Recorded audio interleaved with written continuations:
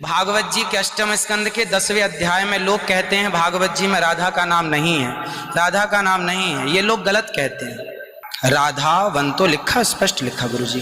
ऐसा है, नाश मत करिए, आधा वन कहा है। गलतियां सबसे होती हैं, लेकिन इतने कॉन्फिडेंस में गलती सिर्फ महाराज जी से ही हो सकती है। बात करें बाबा जी की, तो बाबा जी 34 साल के हैं। मालूम पड़ता है 60 साल का। वैसे तो मुझे इन पर वीडियो बनाने का मन नहीं था, लेकिन जब मैंने इनकी वीडियो देखी तो मुझे मजबूरन ये वीडियो बनानी पड़ी। आप लोग खुद देख लो। खाली जमीन पर स्त्रियों को कभी भी दंडवत प्रणाम नहीं करना चाहिए। कहते हैं कि स्त्रियों के जो स्तन होते हैं, उन स्तनों का जब भार पृथ्वी पर पड़ता है तो पृथ्वी उस स्तनों के भार से डगमगाने लग जाती है। कैसी अपमानजनक बातें कर रहा है, ये अश्लील है ये लोंडा। स्त्रियों के स्तन के भार से पृथ्वी नहीं डगमगाती, बल्कि क्रस्ट लेयर में होने वाले डिस्टरबेंस के कारण डगमगाती है। अब इन्हें कौन समझाए। जहां बाबा का काम आज लोगों को अंधविश्वास से निकालना होना चाहिए, वहीं 21वीं सदी में बाबा लोगों को अंधविश्वास में ढकेल रहे हैं।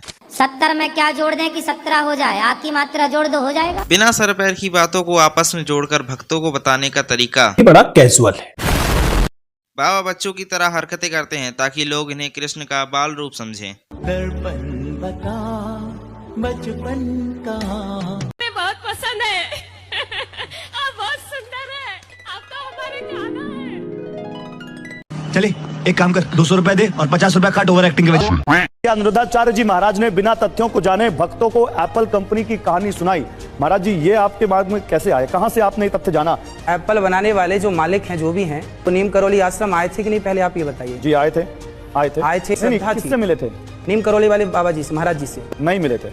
आप सर्च कीजिए, आप स्टडी कीजिए इसको, आपको पता लगेगा कि जब वो परेशान होते थे, जब उनकी कंपनी घाटे में जाती थी, तो वो नीम करौली आश्रम जरूर आते थे। नहीं, मैं इस बात से इनकार नहीं कर रहा, मैं आपको तथ्य दिखाता हूँ। क्योंकि भाई तथ्य ये कहते हैं कि नीम करौली बाबा की 1973 में वृंदावन में मृत्यु हो गई थी। अच्छा। और स्टीव जॉब्स 1974 में नीम करौली के दरबार गए थे। तो जब नीम करौली बाबा जिंदा ही नहीं थे अनुरुद्धाचार्य जी, तो उन्होंने मुलाकात कब कर ली और अपना खाया हुआ एप्पल या सेब कब उनको दे दिया? सारी उम्र में जो मन गढ़ंत बात बना के बिना एविडेंस के दावा करना, मतलब औंधे मुंह गिरना। का दूध तो तुम्हारी बहन भी देती है, पर तुमने माँ का ही क्यों पिया है? लगता है बचपन में तूने अपनी माँ का दूध नहीं पिया। अगर नहीं पिया तो अपनी माँ समझ के मेरा दूध पी।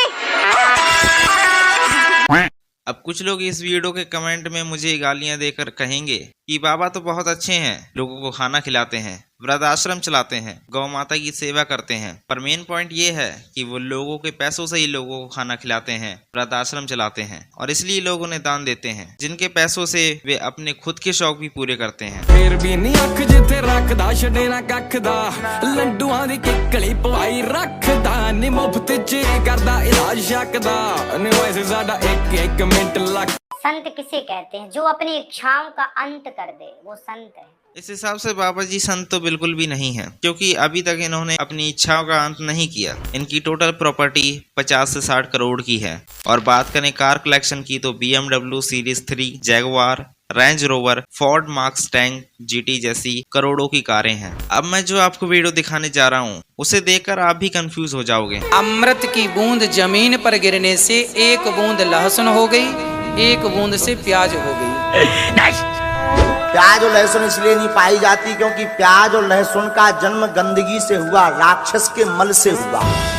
जो गौ माता है उसकी जहाँ हड्डी गिरी वहाँ से लहसुन बना, और जहाँ फ्लैश गिरा वहाँ से प्याज बना। तो इसलिए अगर हम प्याज लहसुन खा रहे हैं तो बेसिकली हम गौ माता की हड्डी और मांस खा रहे हैं। ये भगवान क्या जुल्म है। क्योंकि शास्त्रों के अनुसार प्याज की उत्पत्ति कुत्ते के अंडकोश से है, थोड़ी मर्यादा रखिए। लहसुन की उत्पत्ति कुत्ते के नख से है। उठा ले रे बाबा, मुझे अमीर को नहीं रे। ये लहसुन और प्याज की उत्पत्ति राहु के कंठ से हुई। अरे निकालो इस अधर्मी को यहाँ से। जाति न पूछो साधु की, पूछ लीजिए ज्ञान। लेकिन क्या होगा जब साधु ही ज्ञान की जगह अज्ञान फैलाने लगे। ऑनियन की हिस्ट्री से हमें पता चलता है कि ऑनियन सबसे पहले सेंट्रल एशिया में ओरिजिनेट हुआ। किसी भी वेजिटेशन के ओरिजिन का पूरा एवोल्यूशन होता है।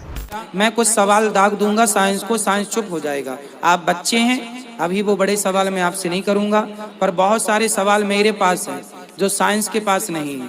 कोई विज्ञान को जानने वाला यदि मेरे से आए और बात करे, मैं संतुष्ट कर सकता हूँ उस व्यक्ति को, पर वो मुझे संतुष्ट नहीं कर सकता, क्योंकि मेरे पास ऐसे सवाल हैं कि जो साइंस के पास नहीं है। पर साइंस के ऐसे लाखों सवाल आप मेरे से पूछिए जिसका मैं उत्तर देता चलूंगा। लाखों सवाल पूछने की जरूरत नहीं है, बस यही बता दो कि सूर्य उदय पहले कहाँ उगता है? सूर्योदय सबसे पहले हमारे भारत में हम आपको बता दें।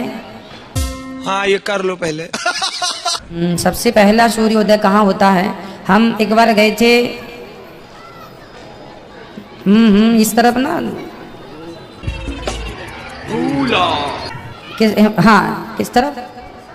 आसाम के आगे भी कुछ है, उसके आगे क्या है? मणिपुर के आगे क्या है? अबे जल्दी बोल, कल सुबह पनवेल निकलना है। हम उस तरफ नागालैंड गए थे। हम नागालैंड गए थे। नागालैंड भारत की ही धरती है। कोई बात नहीं। नागालैंड वहाँ गए तो सवेरे 4:30 बजे देखा तो दिन था। चूतिया मत बनाओ लोगों को।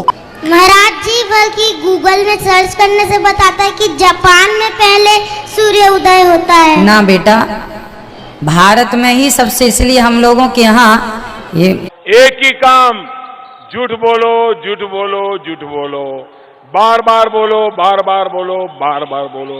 बाबा जी ने मछली को देखा, मछली को देखते ही उनके अंदर काम वासना जाग गई। बाबा जी क्या आसाराम थे या गुरमीत राम रहीम, प्रेम कुमार या फलाहारी बाबा? वो क्या है ना कि लंबी लिस्ट है बाबाओं की। हमने आपको खोल के दिखाया तभी तो आपने देखा। अब हम ही खोल खोल के दिखाएं और सामने वाले से कहें कि तुम अपनी सोच बदलो, तो ये कहाँ तक सही? पता नहीं बाबा को क्यों महिलाओं के कपड़े में इतनी दिलचस्पी है।